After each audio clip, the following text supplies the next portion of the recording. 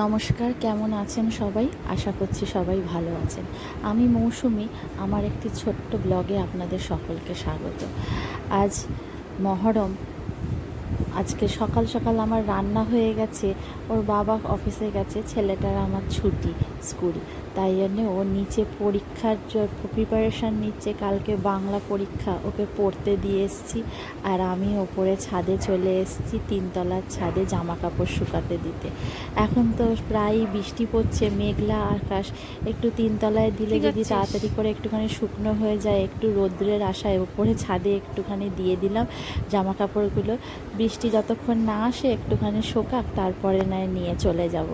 আর এই দেখুন না, আমাদের টিনগুলোতে হনুমান লাফিয়ে লাফিয়ে কী দুর্দশাই না করেছে। এই নুঙ্গিতে এত হনুমান যে কি বলবো। আর সারাক্ষণ হনুমানের উপদ্রব, সারাক্ষণই লাফিয়ে যাচ্ছে। কোথায় গেট খুলে রাখলে গেটের ভেতরে ঢুকে যাচ্ছে, ঘরের ভেতরে। আর কি বলবো, এদের জ্বালাতনের আর শেষ নেই আমার। মেঘ তো করে রয়েছে প্রচণ্ড পরিমাণে, কখন বলতে কখন বৃষ্টি চলে আসবে। যাই হোক, আর কি করা যাবে। এদিকে যাই ছেলেটাকে পড়াতে, কাল আবার বাংলা পরীক্ষা। ইংলিশ মিডিয়ামের ছেলেগুলো বাংলাতে কমজোর হয় এত, যে কি বলবো। বাচ্চা মানুষ, তাও অনেকটা ও ইমপ্রুভ করেছে। আগে যতটা ও বাংলায় কমজোর ছিল, এখন রিডিং পড়তে শিখেছে। খালি একটুখানি সিলি মিস্টেক, জানেন তো। যেরকম আমাদেরটা লিখছে আদের, মাটাকে উঠিয়ে দিল, কোথায় যে মা চলে গেল কে জানে।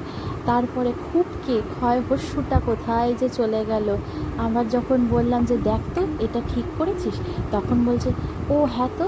তার মানে চিন্তা করুন, ও জানে কিন্তু ও মানে মনোযোগটা দিচ্ছে না, মনোযোগের অভাব। তাই জন্যে বারবার লিখতে দিই, আমি বারবার লিখতে দিই। বারবার লিখলে কোনটা ভুল হচ্ছে সেটা ধরা যাবে। মুখে তো মুখস্থ বলতে তো ও পারবেই, আমি জানি, কিন্তু লেখার সময় কোনটা ভুল হচ্ছে সেটা বোঝা যাবে বলেই আমি ওই একই জিনিস বারবার ধরে লেখাই। বারবার ধরে লিখলে ওর হাতের স্পিডও বাড়বে, আর মেমোরিতেও খুব ভালো মতন এগুলো ভুলগুলো ঢুকে যাবে, যে হ্যাঁ এটা ভুল হয়েছে, এটা ঠিক করতে হবে।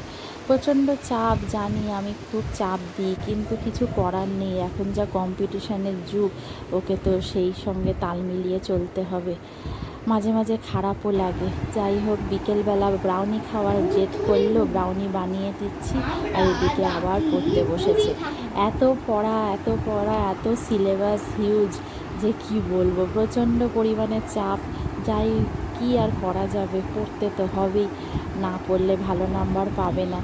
ভালো নাম্বার না পেলে এই ভিতটাই যদি নড়বড়ে থাকে, পরবর্তীকালে ও আর সামলাতে পারবে না। যাই হোক, পড়তে পড়তে আমার এদিকে ব্রাউনি রেডি হয়ে গেছে। আর ব্রাউনিটা কেমন হয়েছে দেখুন, খুবই ভালো লাগছে দেখতে। আর আবার পরে দেখা হবে।